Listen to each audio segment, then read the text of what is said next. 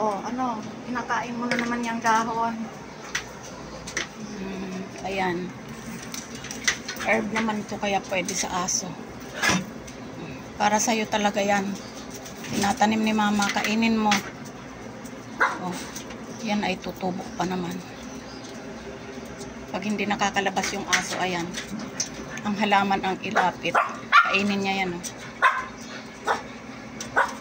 Shh, huwag ka nga maingay.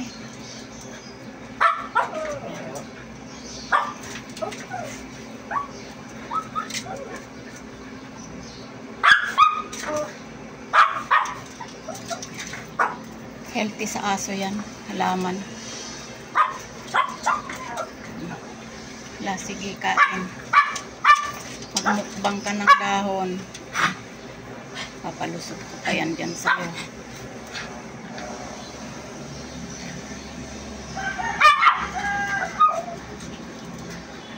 Kumakain siya ng dahon. Sadya naman kumakain ng dahon ang mga aso eh. Kita mo yung mga wild, yung mga nasa bukid, kahit manok, parang pangpurga nila yan. Ayan. Huwag lang yung mga ganitong dahon kasi lason yan sa aso. Yung aking tanim na cutgrass, oh, hindi lumalago kasi nakukuha ko pa agad.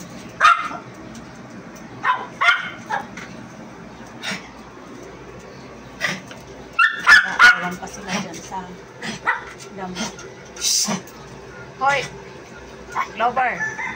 Sinisikmura na naman si Clover. Diba? Favorite nila to. Kaya hindi umaasenso eh. Nakakain ka agad. Harvest time. Ayan, putol na lahat. Kainin, siguraduhin ha. Siguraduhin kakainin.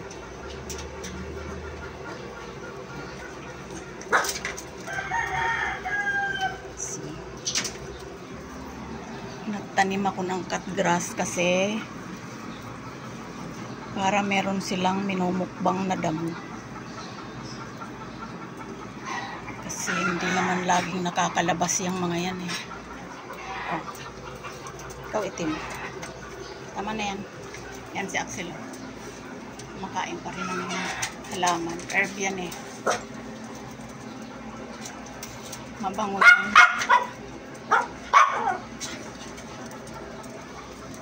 Ano yun?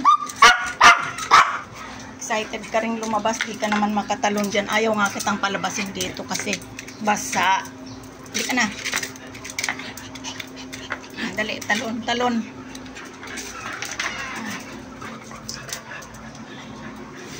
Ala, sige. Haba, wag mong pakialaman. Tuyo naman dyan. Haba, wag mo. Excited naman siyang lumabas dito eh. Basta wag lulusot sa butas ha. Yan. Shh, wag yan. Labahin niya na, basahan. Mga inihian mo yan eh. Clover, inaano ka ba at nang dudunggol na naman yung muso mo? Sarap Axel, sarap ng damo. Halaman ni mama yan. Naubos na niya yung isang sanga.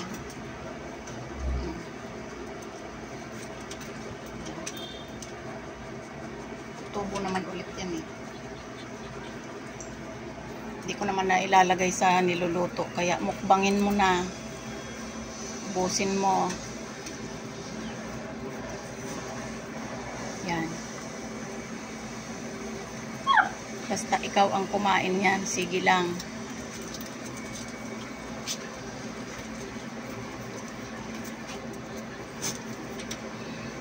Mabango yan eh. Nilalaga nga yan. Para inumin. Pagaling na yung balakubak niya. Hindi na namumula yung balat niya. Oh. Ganda na ng balat mo, huwag mo nang ngangat-ngatin ha. Ano, kalabaw ka na ba? Kambing. Naubos mo halaman ni mama. Ayun. umalulong ang aso ng kapitbahay. Oh, tinatawag kayo ng aso sa kabila. Tinatawag kayo. Sagutin nyo. Awo. Alam niya. Alam niyang may nagtatawag. Tinatawag ka ba? Tinatawag ka ng aso ng kapitbahay? Oh, tinatawag pala siya. Friendly ang aso ng kapitbahay, no? Hindi mo naman nakuha. Iabot ni mama. May mga halaman na nakakalasong sa aso, pero ito kasi herbal yan. Kaya pwede niyang kainin. Sige, kainin mo lahat yan, ha. Huwag kang magtira. Pasok na si mama at yung kape ko malamig na. Halika na. Halika na, liit. Pasok na dito sa loob at ikaw ay baka lapain ka ng mga yan.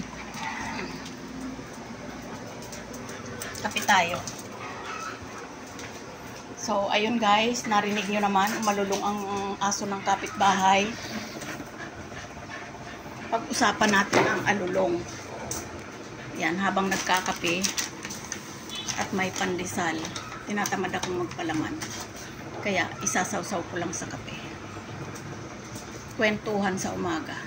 Alulong guys. Nung bata pa ako, natanim sa isip ko na kapag umalulong ang aso ay may nakikitang multo. O kaya, kung saan daw nakaharap yung aso na umalulong. Kunyari, sa bahay. Dun sa bahay na yun ay may mamatay. Yan ang kasabihan ng mga matatanda noon. Kaya sobrang takot namin noon kapag may umalulong na aso. Pasukan na kami sa loob ng bahay. O kaya, ang sabi nila malas yung aso. Kaya minsan, umaabot sa yung asong umaalulong palagi ay pinapatay. Kasi nga daw nagdadala ng malas sa lugar. Yan ang mga pamahiin ng araw na mali. Ngayon na nag-aalaga na ako ng aso, nagbabasa-basa kasi ako guys. Sang-ayon sa pet science tayo ngayon, umaalulong ang aso dahil may dahilan. Sa bagay, kung mapapansin nyo, yung mga wolf sa bukid, sa mga kagabundukan, di ba? Umaalulong sila para tawagin yung kanilang mga kasama, yung pack. Kaya sila umaalulong. Shh, Clover, tama ng harot. Pangalawa, umaalulong sila dahil may nararamdaman. Gusto nilang makipag-communicate sa amo nila o kaya sa kapwa nila aso. Merong masakit sa katawan nila. Pangatlo, yun nga, yung amo nila halimbawa, haba, huwag kang pumasok sa kwarto. Umalis, kumbaga parang tinatawag nila. Meaning, ang aso kapag umalulong, sila ay nalulungkot. Ayun, katulad niya no. Diba? Parang alulong yung kanya, pero nakikipag-usap siya sa akin. Sumasagot siya sa sinasabi ko na huwag siyang pumasok sa kwarto. Para bang sinasabi niya, bakit hindi ako pwedeng pumasok? Eh, bahay ko to. Diba? Kasi nga tinuturing na namin sila na member ng family. So, kine-question niya kung bakit sinasaway ko siyang huwag pumasok sa kwarto. Yan. Ganon. Nakikipag-communicate sila sa atin ng mga amo nila or tinatawag nila yung kanilang kapwa aso. Kumbaga halimbawa, malayo, nalulungkot sila, gusto nila may sumagot din sa kanilang alulong. Diba kasi nga kung kahol lang din, mahina yon. Diba pag alulong malakas, as in kahit na malayo-malayo kung naririnig mo, oh, yung ganon. Pagka madalas naman na umaalulong sa gabi, pwede nyo nang dalhin sa vet kasi malamang may iniindang sakit yung aso ninyo. Ganon yun. Kaya hindi totoo yung mga pamahiin na kapag umalulong malas. Kapag umalulong kung saan nakaharap yung aso may mamamatay. O kaya naman pag umalulong may nakikitang multo o kaya kakaiba kasi sinasabi natin may third eye ang aso. Pero malamang nga merong nakikita or ano, pero hindi ibig sabihin na nagdadala ng malas yan. E di sana kung ang lahat ng asong umaalulong ay merong namamatay, e di sana naubos na ang buong barangay, di ba? Hindi totoo yun, guys. Kaya wag tayong matatakot sa alulong ng aso. Kasi kaya umaalulong nga ang aso, katulad ng paliwanag ko nga, nalulungkot sila, gusto nilang makipag-communicate sa kanilang kapwa aso. Yan. Para bang, kunyari, merong aso umaalulong siya kasi yung amo niya umalis na, hindi na niya nakikita. Diba? Sobrang lungkot sa kanila yon. May mga pagkakataon na umaalulong sila. Siguro hindi lang napapansin ng iba kasi nga natanim sa isip natin na ang aso kapag umalulong ay malas o kaya may nakikitang multo. Punggok, baba dyan. Haba, pasaway. Ayan sila, guys. So, ayun, sana naipaliwanag ko sa inyo yung bakit umaalulong ang aso. Na pag umalulong ang aso ay hindi malas. Aso sila eh. Alangan naman na magsalita silang, nasan kayo? O diba? Hindi naman pwede. Yun ang way nila ng pakikipag-usap sa mga kasamahan nilang nasa malayo or nalulungkot. Kaya may nararamdaman, tulad nga ng sabi ko, may nararamdaman sa katawan nila, may iniindang sakit. Kaya sila umaalulong kasi gusto nilang makapag-communicate sa amo nila na sabihin na meron silang nararamdamang sakit. Katulad nito si Haba, oh. Yung way ng pagkahuli niya ay ayan, ganyan, parang alulong, diba? Pero sumasagot-sagot siya sa akin. Ganon yun. Hindi naman ibig sabihin malas si Haba. Dumadami nga yung mga treats nila eh. Swerte ang aso, guys. Basta mahalin mo lang. Swerte sila. Shh! Haba, tama na yan. Natutulog pa si ate. Swerte ang mga aso, guys. Basta mahalin mo lang sila kahit gaano sila kakulit.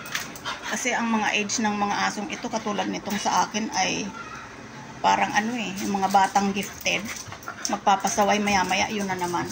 Shh! O, tingnan mo, naglalaro sila ng pusa. Huwag kang maingay, Haba. Natutulog pa si ate. Shh! Tama na. Upo. Shh! O, diba? Sumusunod sila. Punggo. Upo. Upo. O, diba? Mga pasaway sila. Pero marunong silang sunod. O, diba? Susunod nga, pero kakahulan ka naman. Yun ang isang iniisip ng iba kasi na malas, pero hindi. Swerte yung mga yan.